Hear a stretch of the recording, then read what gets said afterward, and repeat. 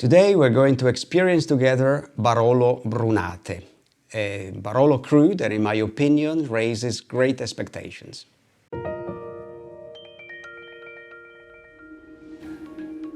Brunate is a single vineyard of 28 hectares, about 70 acres, divided by a dozen of producers.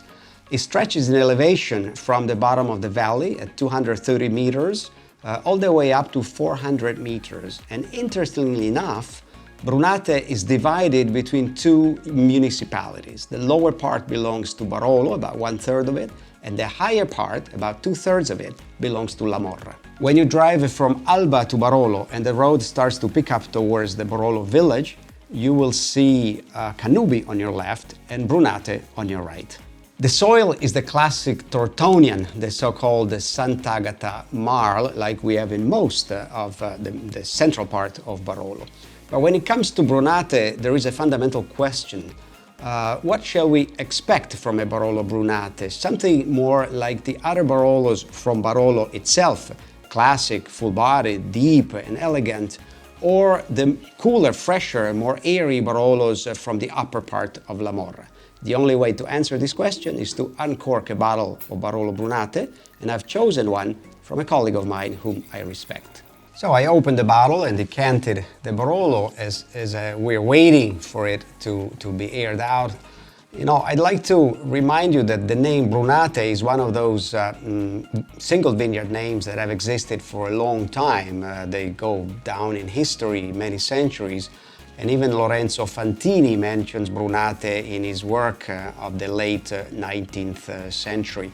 He mentions actually maybe Brinate was the original name, which may lead to a possible explanation for the significance of Brunate. If we take it as Brinate, Brina in Italians, are the little icy drops that you find on the grapes in the morning after a cold night. And this is true of Brunate because its exposure, the southeast exposure that we mentioned before, means that the days are very sunny, very luminous, but the nights can be also very cold. And in the morning, in the fall, in the late summer and early fall, just before the grape harvest, you can find this brina, these icy drops on the grapes. This may also account for the complexity of the Barolo, which is what we're looking forward to trying in this sample. Just 1 hour later, we're ready to taste this Barolo Brunate 2017. And look at the color, very beautiful, very dark, slightly darker than average. It's an intense orangey red with a slightly lighter rim, as it is much to be expected, but pretty intense and bright. Nice color. From the long legs, we can expect big structure, but let's smell it first.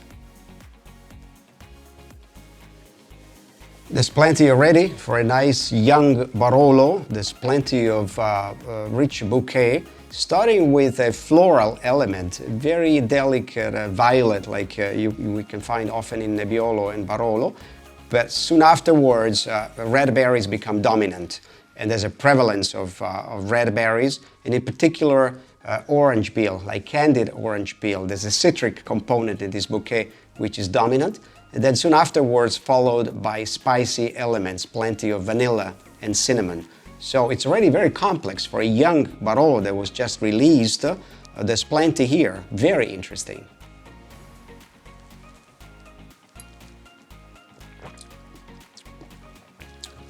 Huge Barolo, big structure, very powerful. There's plenty of acidity. There's still the citric element is still dominant with very powerful tannins, very firm, slightly rough. This wine suffers only from being too young, but it's definitely very opulent. Compared to the bouquet, which was so fruity, so complex, it tends to lose the fruitiness and show off the muscles of Barolo. The big power. It's just too young and it has a long life ahead of it. Now we can go back to our initial question. Is Barolo Brunate more like any other Barolos from La Morra or more like the Barolos from Barolo village? Well, it's a hard question to answer. From the sample we just tasted, It seems that it reminds me of neither one. If you expect a softer, gentler Barolo from La Morra, this is really not the case. If you expect depth and elegance like you have in Barolo, this is also not quite the case. So my answer today would be that Barolo Brunate, although it does belong to those two villages, it does not resemble any of the above. Barolo Brunate has a personality of its own, very well defined, highly recognizable, which is certainly should be considered a classic Barolo, but it has a status of its own. Barolo Brunate is simply Barolo Brunate.